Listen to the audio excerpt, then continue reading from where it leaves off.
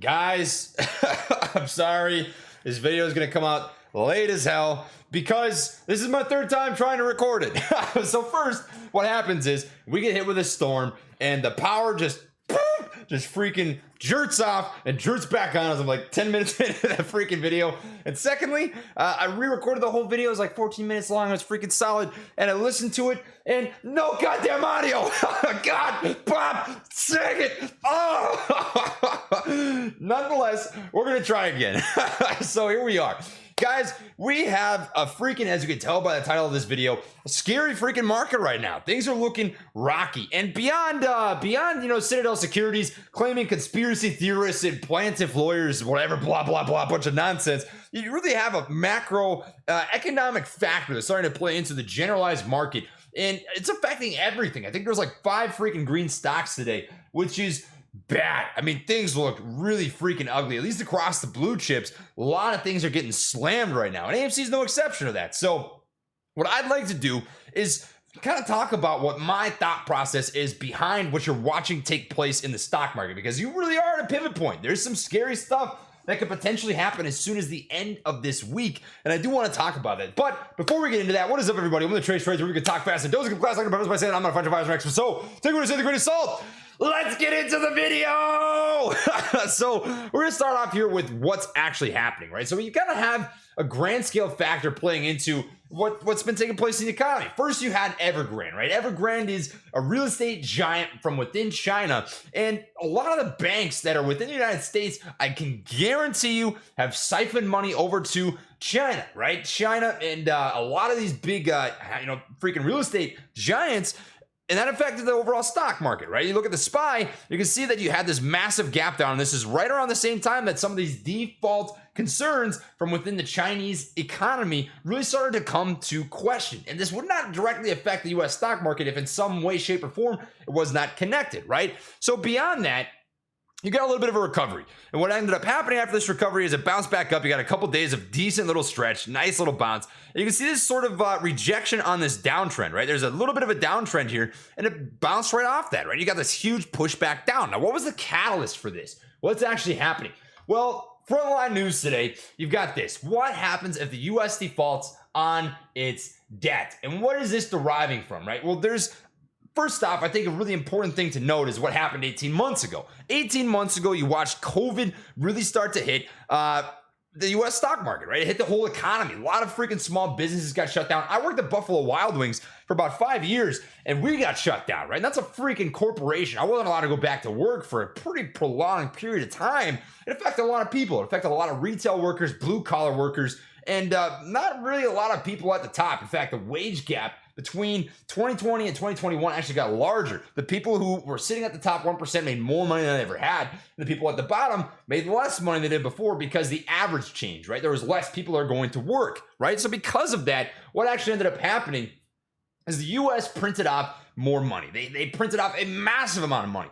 20% of the nation's capital that has ever existed was printed in the last 18 months. 20%, nearly 10 trillion freaking dollars. And that inevitably is going to cause some ramifications for the generalized stock market. It's a parabolic increase in supply while the demand remained relatively the same. Now, you can't argue with the laws of supply and demand within an economy. When there is more supply, there's less demand. That's the basis that the stock market kind of runs off of. And what you've seen take place here over the last 18 months is inflated gains, margin-induced gains that have not been caught up with by the supply. I mean, a lot of this growth that you've seen in the SPY over the last 18 months is inflationary. I mean, just look at the growth that you saw between just 2009 all the way up to freaking 2020, right? Nice, steady, slow growth. You have some dips, some rips, but generalized, it's a nice overall trend. And you can really see this on monthly candles. What you saw here, bam, March 2020, you saw COVID really got freaking bad, and it went on a parabolic sort of move up like you really have not seen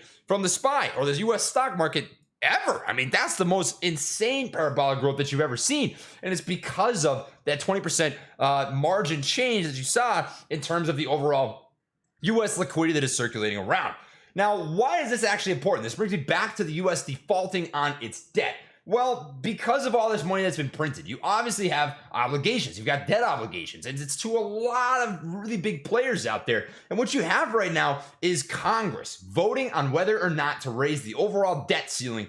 And that's got to get decided on by this week, or you could be facing a government shutdown. Now, in the very microscopic, what this would do is anybody who works a government facilitated job is not really going to be able to go in, right? I work for the military right now. I'm an active duty officer, and that could mean I would still have to go in. It depends on the job, but you might not be getting paid, right? And that really can hurt some people. I don't know how long this government shutdown will go. It could be a couple days, it could be a week, it could be a month. Who freaking knows, right? But that is going to affect a lot of people in the microscopic.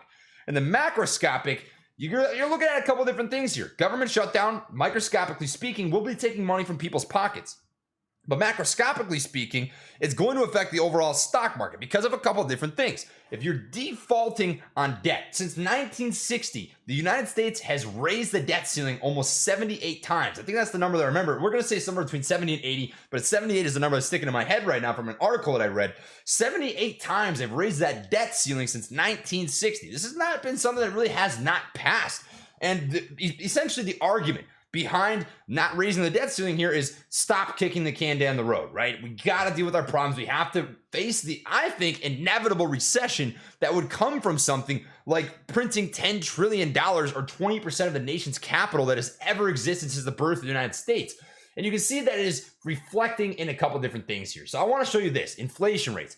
The highest they've been year over year since, you already guessed it, 2008. In 2008, if you compare this, it's honestly just as bad. 2.6, 4.25, 5.4, 5.4, 5.3. And in 2008, you have very freaking similar numbers. So what I would anticipate just based on trend is you get a pretty major recession, right? You get a pullback in terms of the economy. That time is coming eventually. I don't know if it's going to be this week, next week, a month from now, right? But these numbers are numbers, they're fact, right? And this is deriving from the things that ended up happening from within the Federal Reserve.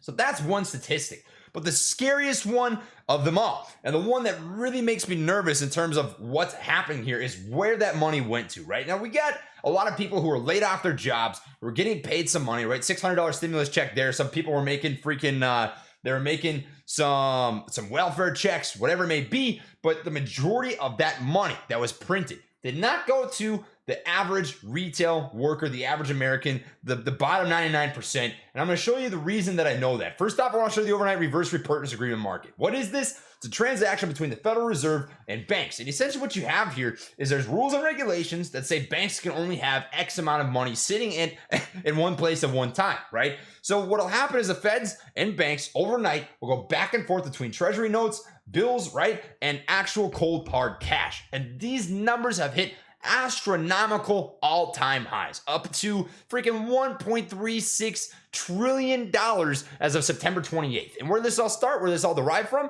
Well, you already freaking know, right? Look back to March of 2020. The reverse repo market was at $12 billion, pumped up, right, to about freaking a couple $100 billion, $207 billion, and it flatlined for a while. And for whatever reason, the feds all of a sudden decided that it was a great idea to start really pumping up this Federal Reserve reverse repurchase agreement that you had going back and forth between banks and the feds. And it is astronomically, it just shows you how much money is actually being held by these banks. Because if they're holding a lot of money, there are rules and regulations that say you can't hold on to that much money at one time. And that brings me back to this, right? I want to show you this. I have not brought this up yet, but this is a scary statistic, right?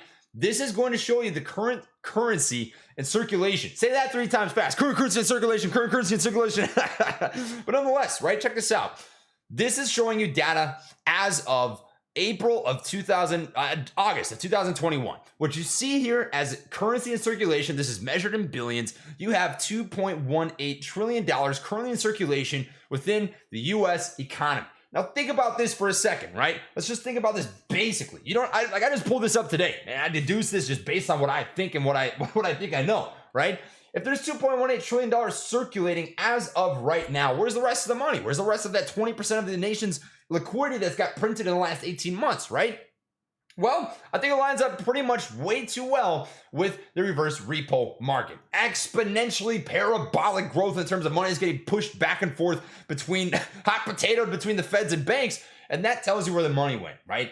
all this money that got printed. Sure, some average people got a couple pennies off the dollar. Some people got their welfare checks. Some people had to beg for a $600 stimulus check because they were literally freaking just barely surviving, right?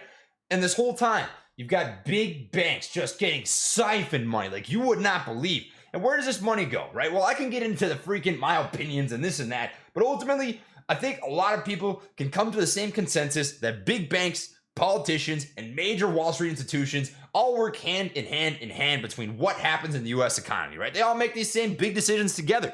And that ultimately came down to this: parabolic, margin-induced, debt-inflated, inflationary growth that you've seen pump up the stock market over the last 18 months. It's been absolutely absurd, absolutely disgusting, and this is the culmination of that, right?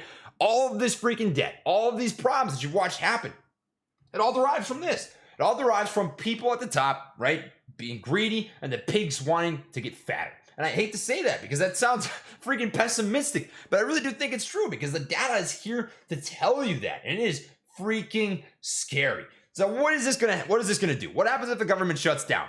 Right? What's going to actually happen here? We're going to see inflation rates go up because if the government shuts down, that shows a lack of faith in the U.S. stock market and the U.S. Federal Reserve's ability to pay back debt. And so that's going to raise inflation rates, right? They're going to say, hey, if you can't pay your shit, right, you're going to pay more interest. And that ultimately is going to affect supply and demand. I wouldn't be surprised to see a real estate sort of pullback, a correction of some sort, because if interest rates go up, there's going to be less overall demand. That'll increase supply because there'll be less buyers, which is going to lower the overall price because you can think of supply as selling pressure, saying, hey, there's way too much supply for the amount of demand that currently exists. We've got to bring our prices down if we're going to get people to buy these properties. Versus now it's the exact opposite. Interest rates are astronomically low. There's way more demand than there is supply, so houses are selling just like this freaking overnight, right? It takes you a week to list something and sell it. That's something that'll happen. The stock market. Stock market could have a pretty freaking major pullback. And just looking at this from a tech perspective, it's at a do or die moment, just like the freaking economy. And that brings me back to what I've said a million times. The stock market's charts tell you the story of what's happening in real time within the freaking world. It tells you the story of the market. You look at this, you look at the SPY, it tells you the story of what's happening in the generalized market. You look at AMC, it tells you the story of what's happening within the apes and the retail versus institutional investor freaking war, right? You look at AMD, tells you the story happening within tech and within chips and within the shortage demands and all that sort of stuff. You look at any stock and it tells you the story about what's happening in that individual sector. And the SPY right now is at a do or die moment. And it is freaking, it's scary stuff. I'm not going to lie to you. It is looking wild. So I'm going to close it off with this, right? What are some things to watch for? What would I look for? Well, you really want to see if they're going to raise this debt ceiling or not. Is that good? Is that bad? I'm not here to make that decision for you, right? I can't make that decision in the least bit, and I can't predict what's going to happen. I'm just telling you some 24-year-old kid's freaking opinions about what I read on the internet, a couple articles, right? But nonetheless, you want to see if they're going to raise that because that's ultimately going to kick the can down the road. Now, I would imagine you're going to see some sort of freaking bounce, some sort of freaking relief push out of some institutional investors saying, hey, that gives me a little bit of faith that the stock market can extend for a couple more weeks. And if they do not pass this debt ceiling, if they don't kick the can down the road, I think that's the catalyst, man. I think that's the catalyst that's going to push the stock market down pretty dang hard. And that's something to watch for, right?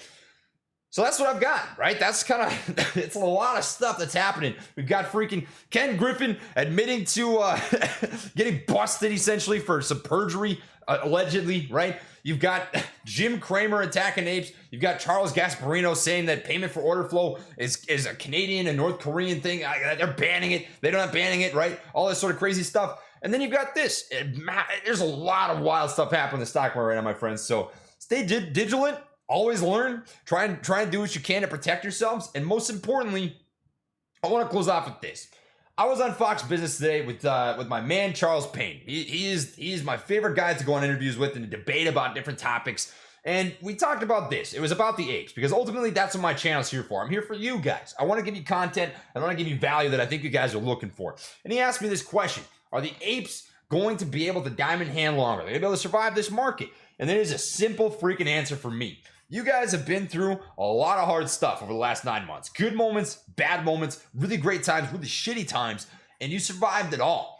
And it was all for what I like to think as a general consensus is a pretty simple reason. You want to speak out against problems like this because this is ultimately what people have been pissed about within the ape community, within AMC, within GameStop, within all these freaking ape stocks. That's why they buy this stuff. That's what I think. I think people buy this stuff because they're mad about this sort of thing that affects everybody's lives and they get almost no say in it, right? This is noise. This is your opportunity to make noise. This is your opportunity beyond P&L, beyond how much money you make, to show people what you think on a day-to-day basis about what's happening in the real freaking world.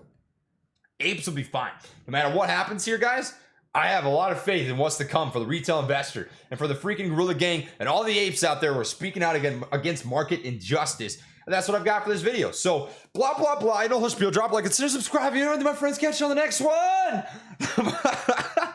Much love, light tabs, and peace.